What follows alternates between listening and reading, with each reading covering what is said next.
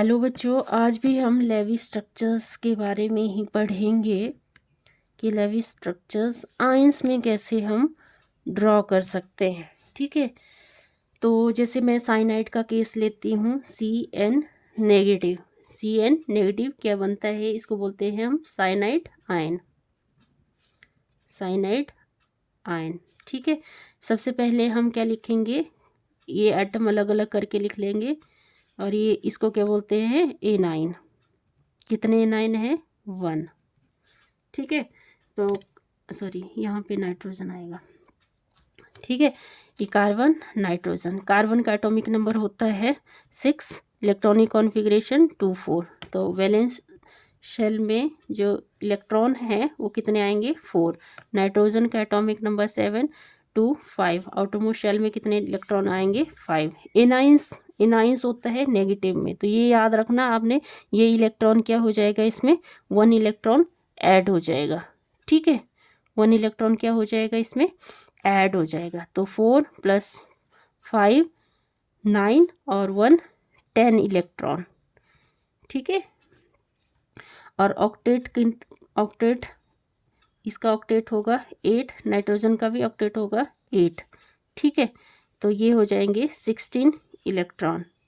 और bond pair में कितने इलेक्ट्रॉन यूज़ हो रहे हैं, bond pair electrons, bond pair में इलेक्ट्रॉन यूज़ हो रहे हैं 16 इलेक्ट्रॉन माइनस 10 इलेक्ट्रॉन, तो 6 इलेक्ट्रॉन, मतलब 3 बॉन्ड बनेंगे इसमें।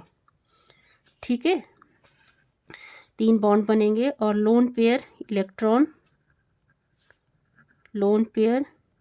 इलेक्ट्रॉन्स, लोन पेयर हमने यहाँ से निकाल लेना है। वैलेंस शेल में मतलब टोटल इलेक्ट्रॉन कितने, टोटल जो इलेक्ट्रॉन है साइनाइड में वो है 10। 10 में से 6 तो बॉन्ड बनाने में यूज़ हो गए और बचे कितने, 4 इलेक्ट्रॉन। तो हम इसका स्ट्रक्चर ड्रॉ कर सकते हैं साइनाइड आयन का।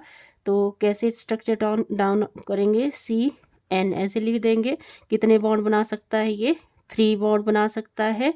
ठीक है, और ये कंप्लीट कर लेना हमने, 1 2 3 4 5 6 7 8, ये कंप्लीट हो गया। 1 2 3 4 5 6 7 8। ठीक है, और यहाँ पे नेगेटिव आयंस, साइनाइड आयन बन गया। ये ऐसे हमने जो आयंस है उनकी लेविस-डॉ स्ट्रक्चर को ड्रॉ करना है। ठीक है, दूसरा केस कर लेते हैं हम,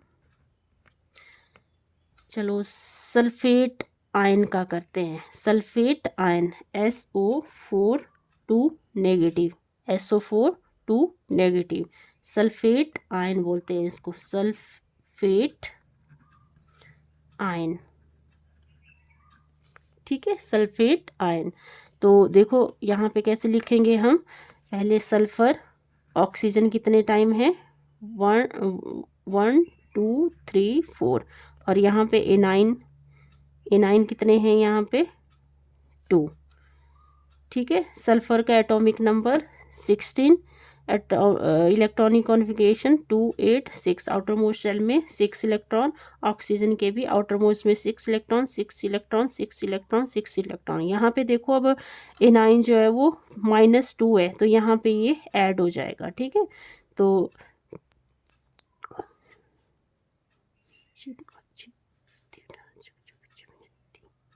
32 इलेक्ट्रॉन्स यहाँ यूज़ हो गए, जो है वैलेंस शेल में इनके इलेक्ट्रॉन। ऑक्टेट बनाने के लिए इनको octet 8 electron 8 electron 8 electron 8 electron, कितने इलेक्ट्रॉन हो गए यूज़,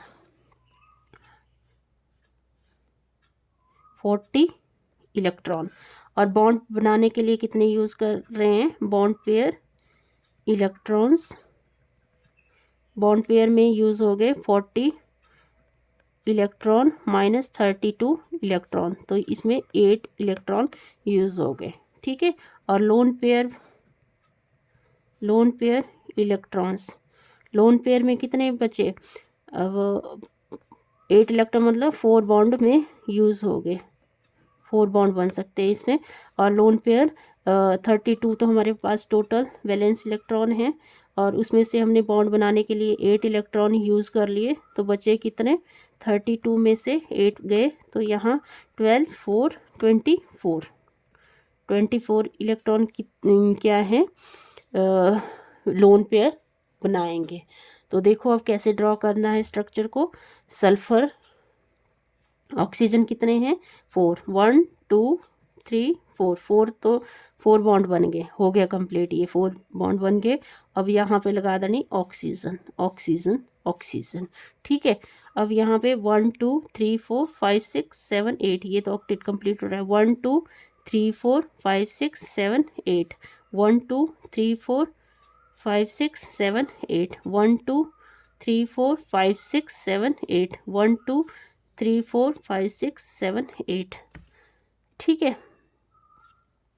और ऐसे बना देना और यहाँ पे लिख देना 2 नेगेटिव, ठीक है। दूसरा हम केटाइन वाले केस कर लेते हैं, जो बहुत इम्पॉर्टेंट है। ये सारे हमें स्ट्रक्चर ड्रॉ करने आने चाहिए, पर एक्चुअल में ये लेवी स्ट्रक्चर भी कुछ ही एटम के लिए बेनिफिशियल है। तो अगला हम करते हैं पॉजिटिव के केस में, अगर H3O पॉजिटिव है, जिसको हम बोलते हैं हाइड्रोनियम आयन, हाइड्रोनियम आयन, ठीक है। हाइड्रोनियम आयन में पहले कितने हाइड्रोजन हैं वो लिख देंगे, 3 हाइड्रोजन है और ऑक्सीजन है, और यहाँ केटाइन है, एक ही है। तो वैलेंस शेल में इलेक्ट्रॉन कितने हैं, हाइड्रोजन का एटॉमिक नंबर 1, वैलेंस शेल में 1 इलेक्ट्रॉन, हाइड्रोजन का एटॉमिक नंबर 1, वैलेंस शेल में 1 इलेक्ट्रॉन और 1 इलेक्ट्रॉन, ऑक्सीजन का एटॉमिक नंबर 8, तो आउटर मोस्ट शेल में 6 इलेक्ट्रॉन। और केटाइन का मतलब होता है, यहाँ पे एक ही है ना केटाइन, तो यहाँ पे -1 कर देंगे हम, तो 1 3 ये हो गए 9, 9 में से 8 1 गया, तो 8 इलेक्ट्रॉन वैलेंस शेल में हैं।